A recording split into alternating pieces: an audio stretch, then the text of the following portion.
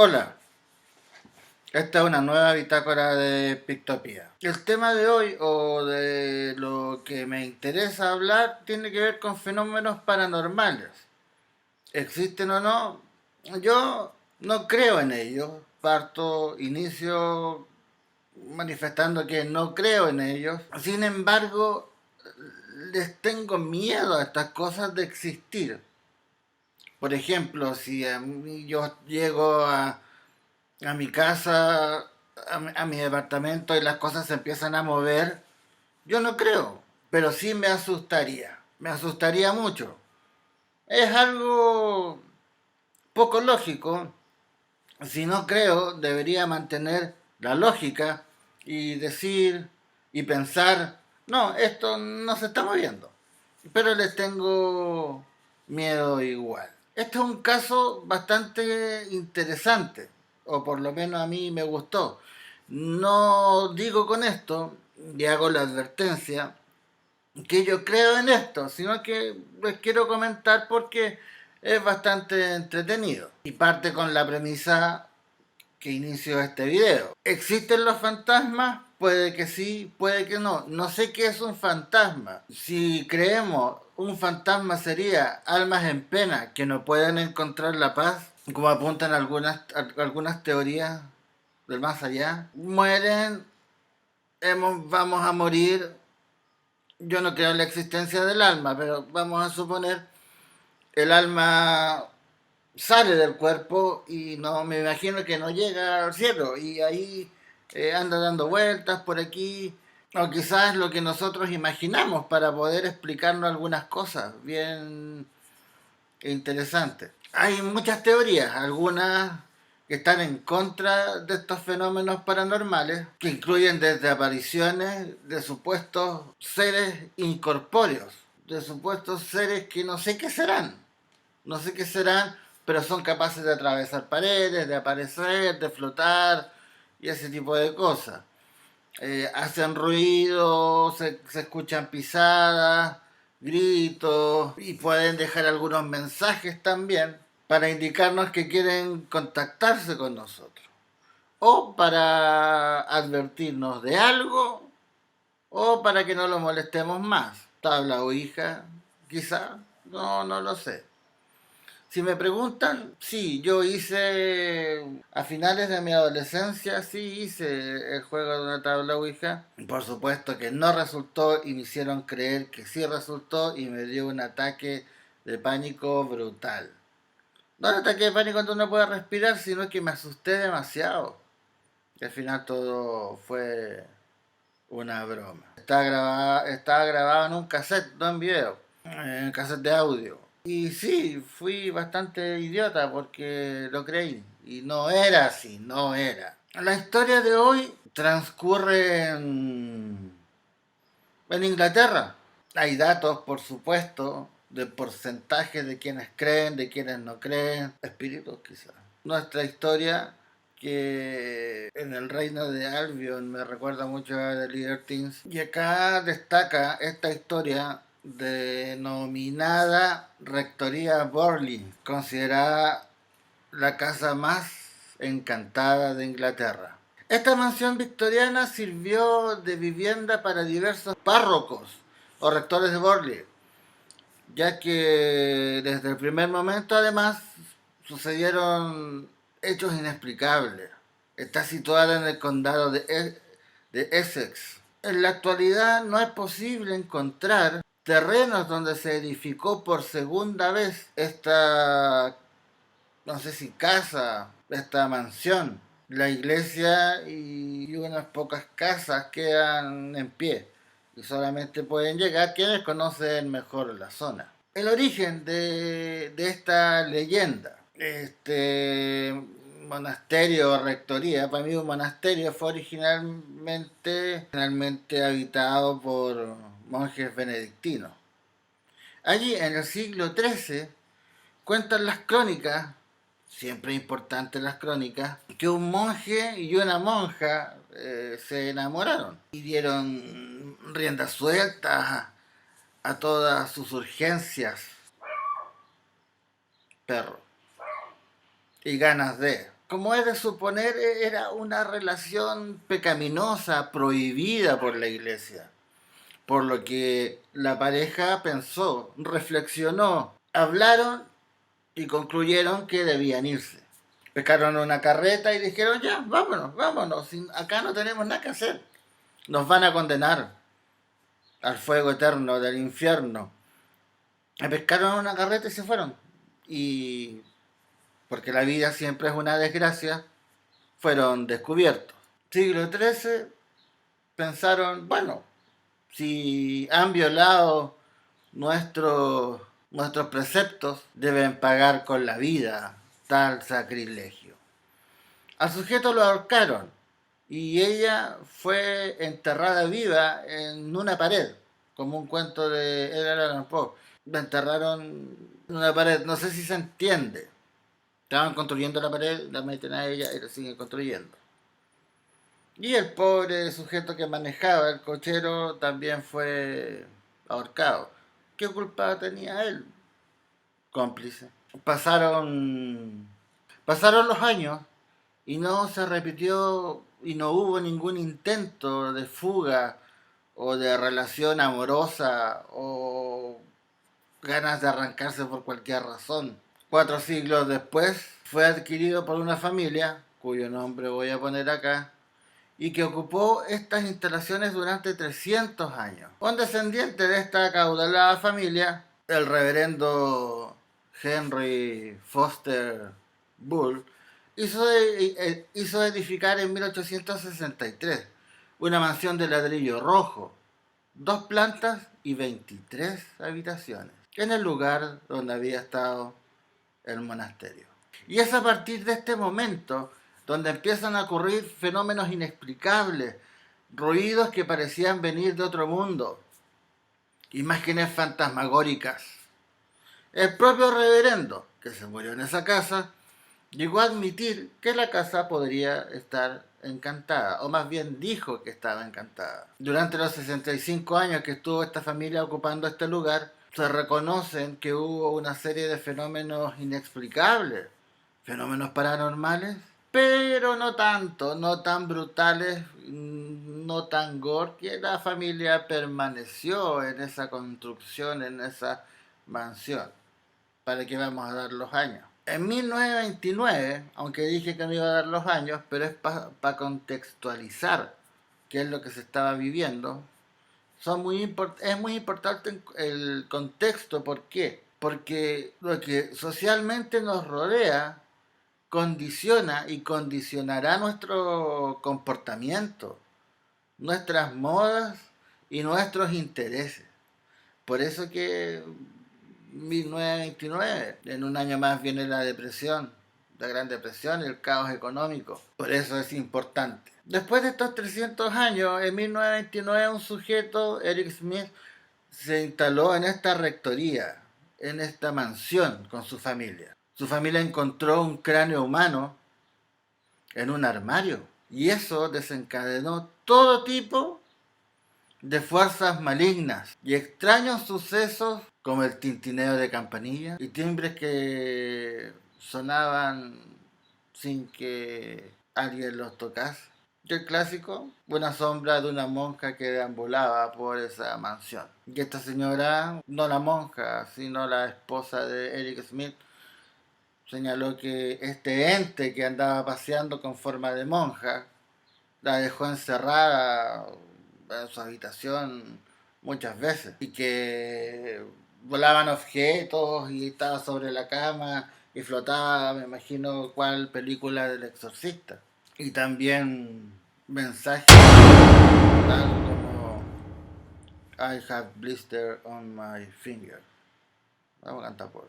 Como había un caos, y podemos pensar en el informe Warren, en las películas El Conjuro, Annabelle y todo ese tipo de cosas, que, que El Conjuro me gustó. Hay una dirección brutal, pero después lo demás se echa a perder porque las oportunidades y los momentos claves son únicos. Y estos sujetos que vivían en esta mansión pidieron ayuda a un periódico que creo que todavía existe, el Daily Mail, que publicó en su página principal figuras fantasmagóricas de cocheros desaparecidos, una monja, una carreta tirada por 2 caballos, que aparecía y desaparecía misteriosamente, pisadas en habitaciones vacías. Ergo, esto fue tan bullado,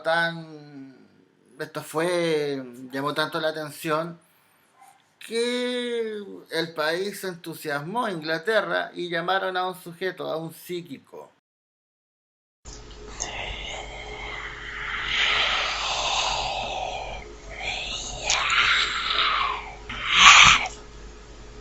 Y acá es donde la historia se pone interesante, porque la mayoría, así como mencioné anteriormente, nos enfocamos en el sujeto, en el objeto, en la mansión, en la casa, en la historia, de todo lo que ocurría de forma paranormal, siempre. Pero de lo que yo quiero rescatar o lo que yo quiero mencionar o yo quiero exponer es acerca del primer cazafantasma contemporáneo. ¿Vieron la película con las mujeres? Qué desastre. No la voy a ver. Y esta sociedad de investigación psíquica envió al conocido parapsicólogo Harry Price hacia el lugar de Borley. Este sujeto es considerado el primer cazafantasma contemporáneo. Fue miembro de la Sociedad Psíquica, dependiente en esos tiempos de la Universidad de Londres. Este sujeto, desde los 15 años, se interesó por estos fenómenos paranormales y se formó en parapsicología. Esa es una de mis más grandes dudas. ¿Qué es la parapsicología? ¿Está reconocida como ciencia o como disciplina? Cuando llega este sujeto, los sucesos se multiplicaron y algunos empezaron a dudar de estos hechos paranormales. A los pocos días de llegar, se organizó una sesión de espiritismo en la que participó este sujeto, el reverendo Smith, la esposa y un medio. Claro que esposa, porque estos sujetos son protestantes. Cuentan las crónicas, ¿será verdad o no? Yo aquí entro en un terreno casi escéptico. Y este sujeto, cazafantasma, logró llegar más allá y a rescatar y contar la historia del monje y la monja que fueron asesinados debido a lo que habían hecho en aquellos tiempos. Y Price fue obligado a irse porque mientras más indagaba respecto a los hechos que estaban ocurriendo, aumentaban los sucesos paranormales. Lo interesante además ocurre cuando un año más tarde llegó otro reverendo que tenía un parentesco con esta familia y los sujetos que le he nombrado, y todo iba bien. Parecía que esta mansión volvía a la normalidad, si es que esta mansión tenía algún tipo de vida. Pero a los pocos meses empezaron a suceder estos extraños fenómenos y mensajes en las paredes. De estos mensajes hubo uno que llamó especialmente la atención. Esta casa será pasto de las llamas. Las investigaciones de Price finalmente se reanudaron en 1937 cuando él dijo: vamos a volver a estudiar lo que está pasando acá. Y publicó un anuncio en un periódico, The Times, donde solicitaba voluntarios para que lo acompañasen. Dice la historia que Price y los reclutados vieron todo tipo de fenómenos paranormales. Las cosas que vuelan, los escritos en las murallas,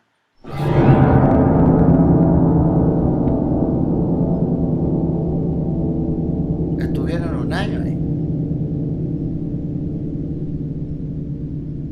Y mencionan que pasaron todas estas cosas que las llamamos paranormales. ¿Será cierto? Como es de suponer, y pasa siempre en estos casos porque no podemos tener ningún tipo de prueba, un sujeto que la compró, después andaba caminando, se le dio vuelta el aceite y esta mansión se quemó. Una vez que empezaron los trabajos de reconstrucción o a ver qué había pasado, encontraron a la monja en la pared, por supuesto, si allí fue enterrada. Y también señalaban que sentían una presencia extraña. ¿Alguna vez se han encontrado o alguna vez por casualidad han conocido a alguna persona que dice que ve Laura? Crean o no, es lo que pasó acá. Ellos también sentían, quienes van a limpiar los escombros, presencia sobrenatural. Y como es de suponer, porque nadie, no sé si nadie, pero la mayoría hace cosas con algún interés, Harry Price escribió 2 libros.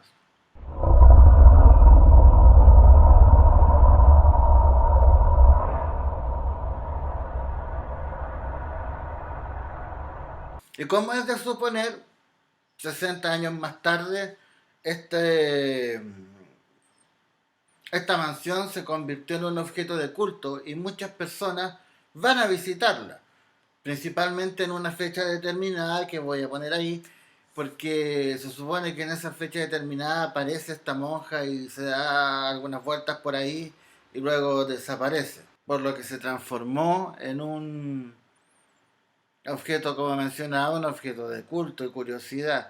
Yo creo que de poder iría también. Acá en mi pueblo no hay ningún tipo. Yo alguna vez anduve por un hospital en algún pueblo y llegaba a la 1 de la madrugada y sin problema deambulaba por los pasillos. Tenía videos de eso, los perdí. Y no sentía miedo, curiosamente. Y hay algo, el morbo que siempre digo que tengo, o es muy alto en mí, como los midiclorianos, hace que me atraigan estas cosas. Quizás si yo anduviera en England, podría quizás visitar eso. Aunque yo sé que no va a pasar nada. Pero iría de día, de noche no sé. No, no, de noche no tengo idea. Finalmente, no sé si finalmente, pero este caso, la documentación, los libros, las crónicas, se revisaron. Por supuesto, vamos a ver qué pasa con esto. Y en los años 50, un par de sujetos que habían pertenecido a la misma sociedad paranormal, por decirlo de alguna forma, decidieron investigar qué es lo que estaba pasando, para ver si es que era cierto o no. Más que para ver, para comprobar si fue cierto o no los relatos que él mencionaba en su libro. Ellos, por supuesto, escribieron otro libro y con ese libro pusieron en duda y demostraron que varias de las notas que se estaban publicando en el libro de Price, el primer cazafantasma, eran falsas. O había falseado algunos sucesos paranormales, si es que creen en ellos. Después, en los años 70, también un par de sujetos fueron a este lugar y mencionan en su libro publicado, porque si tú vas a hacer algo, tenéis que publicar un libro. Si alguien quiere publicar mi novela, ningún problema. Hay que publicar. Y otros sujetos mencionan que sí ocurrían algunos fenómenos paranormales. Torbellinos de energía, ruidos extraordinarios, golpes y pisadas. Luego de esta investigación, no hay más relatos o no hay más investigaciones o estudios respecto a este lugar. Simplemente hubo una revisión, quedó plasmada en algún libro y luego, como les mencioné antes, se transformó en un objeto turístico en el que todos eligen una fecha determinada para ver si es que aparece esta monja. Pero ¿por qué aparece la monja y no el sacerdote? Si el sacerdote fue ahorcado, ¿por qué la monja solamente? Preguntas que siempre quedan. Es decir, la monja tenía algún asunto que resolver, se sentía más pecadora, tenía más culpa, porque no, en estos libros no hay ninguna narración respecto al sacerdote y al sujeto del chofer que manejaba la carroza o el coche. Solamente la monja. De ser cierto, es un dato que es bastante curioso. Me gusta contar estas historias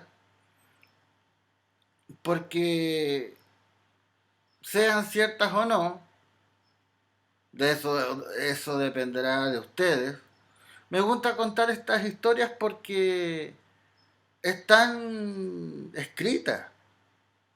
No son creepypasta ni ninguna de esas mierdas que deambulan por ahí, sino que son historias ciertas, investigaciones ciertas.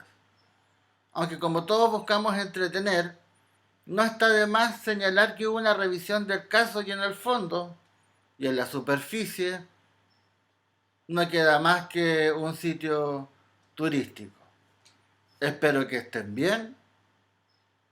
Esta ha sido una nueva bitácora, pero antes comenten, den like, cada like me ayuda a seguir vivo, difundan, comenten. Quizás la historia no está relatada de alguna forma más histriónica, pero sí existen estos libros y sí existen estas preguntas que yo acabo de hacer. Espero que estén bien, esta ha sido una bitácora de Pictopía.